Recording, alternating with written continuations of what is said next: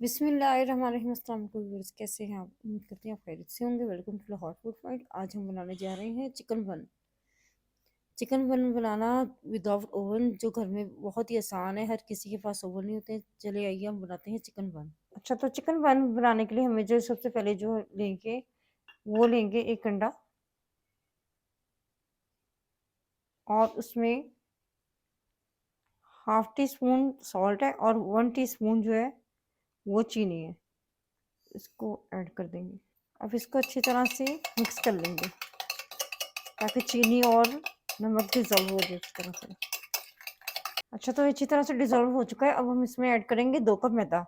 मैदा जो है वो मैंने स्ट्रेन करके लिया है, आप भी स्ट्रेन ज़रूर कीजिएगा, छान के यूज़ कीजिएगा। 2 कप मैदा है।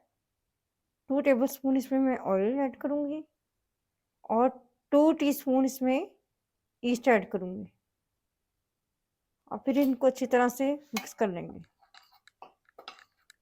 अच्छा, तो मैंने इसको अच्छी तरह से मिक्स कर दिया है। अब हम लेंगे दूध। दूध मैंने तकरीबन 1 बाउल लिया है, लेकिन हम ऐड उतना करेंगे जितनी ज़रूरत होगी। अगर आप चाहें तो इसमें पानी भी ऐड कर सकते हैं।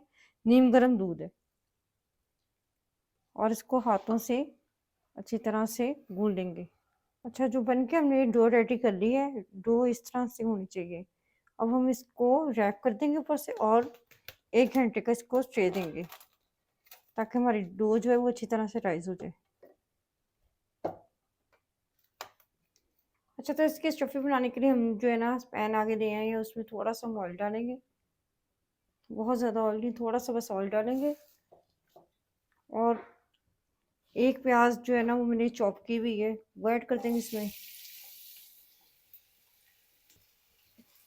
इसको बस थोड़ा सा सॉफ्ट कर लेंगे। अच्छा, तो अब हमने जो है ना कलर जो इसका चेंज नहीं किया, सिर्फ सॉफ्ट किया, ठीक है। अब हम इसमें जो है हाफ टी स्पून जो है वो ginger powder, half tea spoon इसमें गार्लिक पाउडर वो डालेंगे। इसको मिक्स कर लेंगे, और इसमें 1 टेबल स्पून जो है ना वो मैदे का ऐड करेंगे, और अच्छी तरह इसको फ्राई कर लेंगे ताकि इसका कच्चापन जो है जिंजर गार्लिक पाउडर का भी और मैदे का भी कच्चापन खत्म हो जाए, दूर हो जाए। और साथ ही हम इसमें अपना दूध ऐड कर देंगे। अच्छा, दूध डाल दिए।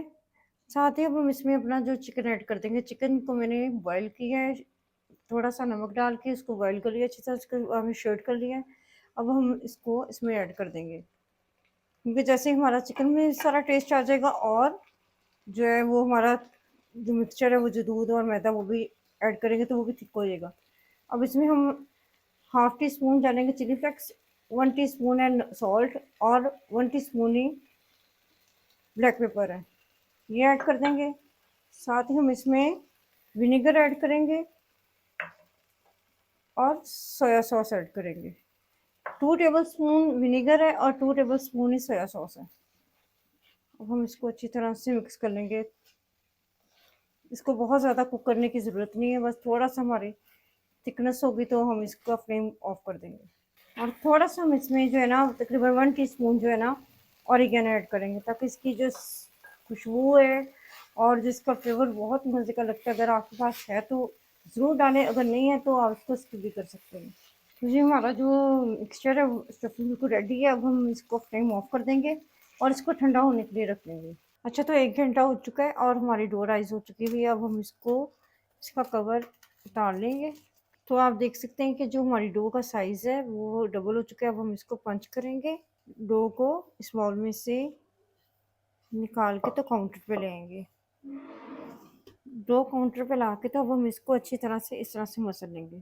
चलिए, वो वैसे थोड़ा सा मैंने खुश काटा ऐड किया, और इस तरह से ये कि इसकी लेयर्स बहुत अच्छी बनती है और बेक बहुत अच्छा होता है। अच्छा, तो इस तरह से हमने इसको सेट करके तो इसके बाद हमने इसकी कटिंग करनी है। मैंने हल्के हल्के से निशान लगा दिया। अब हम ऐसे ही इसकी इस तरह से कटिंग कर लेंगे। इस तरह से कटिंग करने के बाद एक को हम उठाएंगे और उसके पेड़े बनाते जाएंगे। इस तरह सब राउंड शेप दे के हम सब पेड़ों को एक साइड पे रखते जाएंगे। अच्छा, तो सब पेड़े हमने ऐसे बना के रख लिए। अब हम इसको थोड़ा सा साइडों से पतला करेंगे और काउंटर पे इस तरह से रखेंगे और बेलने की मदद से लोड उनकी मदद से जो है हम थोड़ा सा इसको बेल लेंगे। अच्छा, तो हमने इस तरह से इसको बेल लेना है। उसके बाद जो हमारी स्टफिंग है हमने अपने इस तरह इसके सेंटर में रख देनी है। अच्छा, तो हमने ये स्टफिंग जो है वो ऐड कर दी है।